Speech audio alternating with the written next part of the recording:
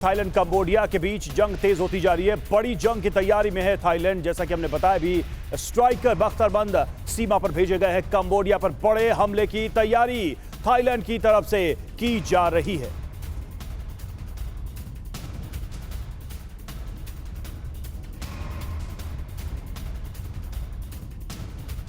और देखिए, कंबोडिया के हमले से थाईलैंड में हड़कंप मचा है। सुरिन प्रांत में भागते नजर आए आम लोग, सुरक्षित जगहों पर भागते नजर आए हैं थाई लोग। ये देखिए तस्वीरें आपको दिखा रहे हैं, सुरिन रीजन की ये तस्वीरें हैं जहां पर आम लोग इधर उधर भागते नजर आ रहे हैं, क्योंकि कब कहां से हमला हो जाए ये किसी को पता नहीं है। कई हमले हुए हैं जिसके बाद खासी दहशत है पूरे इलाके में।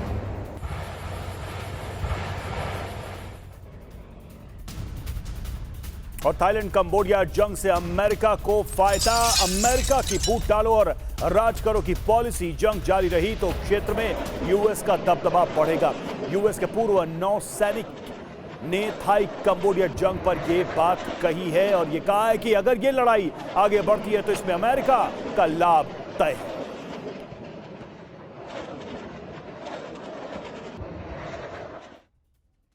तो जैसा कि लगातार ये बात कही जा रही है कि ये जो इस वक्त तनाव है, ये जो इस वक्त लड़ाई है, इसमें महाशक्तियों के हित जरूर जुड़े हुए हैं और बात हो रही है अमेरिका को होने वाले फायदे की। तो इस जंग से थाईलैंड कंबोडिया के इस जंग से अमेरिका को किस तरह का फायदा होगा, जरा देखिए। पूर्व अमेरिकी नौसैनिक ने यह दावा किया अमेरिका के हक में थाईलैंड और कंबोडिया का यह युद्ध है।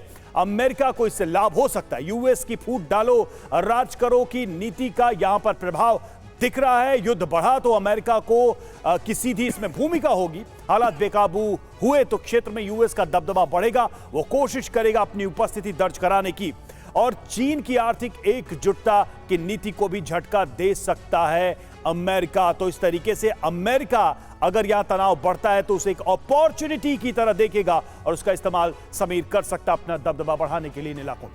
बिल्कुल। और रवि, इस वक्त एक बड़ी खबर हमारे पास आ रही है। थाईलैंड आर्मी का बड़ा बयान सामने आया है। कंबोडियाई सेना करना चाहती है हिल 469 पर कब्जा। ये एक बड़ा बयान है। और क्या कहा जा रहा है, थाईलैंड के नैम यूएन इलाके में ये चोटी मौजूद है। थाईलैंड आर्मी ने जवाबी कार्रवाई करने की बाकायदा सूचना दी है। तो ये एक इंपॉर्टेंट और बड़ा बयान थाईलैंड आर्मी की तरफ से सामने आया है, जिसमें यह बताया गया है कि हिल 469 पर कब्जा करने की मंशा से कंबोडिया आगे बढ़ रहा है। मनीष झा हमारे साथ इस वक्त मौजूद हैं। मनीष, इस खबर के क्या मायने हैं? हिल 469 की क्या अहमियत है? देखिए, सबसे बड़ी बात यह है कि इस बयान के आधार पर थाईलैंड की सरकार दुनिया को ये बताने की कोशिश कर रही है कि इस लड़ाई की वजह यही है कि कंबोडियाई सेना गलत काम कर रही है। वो हमारे इलाके में घुसने की कोशिश कर रही है, वो हमारे इलाके को डिस्टर्ब कर रही है और अतिक्रमण उनकी तरफ से हो रहा है, ना कि हमारे तरफ से हो रहा है। आज जब यूएनएससी की इमरजेंसी बैठक है थाईलैंड और कंबोडिया को लेकर, उससे पहले थाईलैंड की सेना का यह आरोप है कि कंबोडिया की सेना थाईलैंड के इलाके को कब्जा करना चाहती थी, वहां पर हिल 469 को कब्जा करना चाहती थी, जिसको रोकने के लिए हम जवाबी कार्रवाई कर रहे हैं और उसके तहत थाईलैंड की सेना अपने तमाम अत्याधुनिक हथियारों का इस्तेमाल कर रही है। देखिए, इसमें कोई दो राय नहीं कि अगर आप थाईलैंड और कंबोडिया के जो स्ट्रेंथ है उसकी तुलना करें तो थाईलैंड भारी पड़ता है, बल्कि 16 और 20 का अंतर होता है, क्योंकि थाईलैंड के पास 100 से अधिक फाइटर जेट हैं, उनके पास अटैकिंग हेलीकॉप्टर है, और जबकि कंबोडिया के पास एक भी फाइटर जेट नहीं है, एक भी अटैकिंग हेलीकॉप्टर नहीं है। लेकिन जमीन पर अगर आप बात करें तो दोनों के पास मोर्टार है, आर्टिलरी है, दोनों के पास सेना है। हालांकि आप देखें तो स्ट्रेंथ के हिसाब से तो दुनिया के 145 मुल्कों में थाईलैंड की आर्मी 25वीं पोजीशन पर मानी जाती है, जबकि कंबोडिया 95 पोजीशन पर पहुंची जाती है। तो लगभग 4 गुने का फर्क है।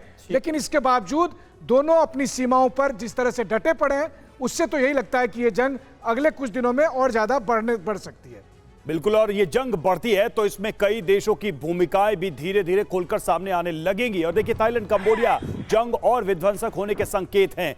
क्यों ये कहा जा रहा है? थाईलैंड कंबोडिया जंग में आसियान को देना पड़ेगा दखल। कंबोडिया से सीधे सीमा विवाद सुलझाना चाहता है थाईलैंड। एशियाई मामलों के विशेषज्ञ रॉस फिगोल्ड ने ये दावा किया है। तो आसियान की भूमिका इसमें क्या होगी, खासकर भारत की अगर बात करें, भारत एक बड़ा पड़ोसी मुल्क है, आसियान का मेंबर है, ऐसे में भारत की भूमिका क्या होगी, इस पर भी दुनिया की निगाहें हैं।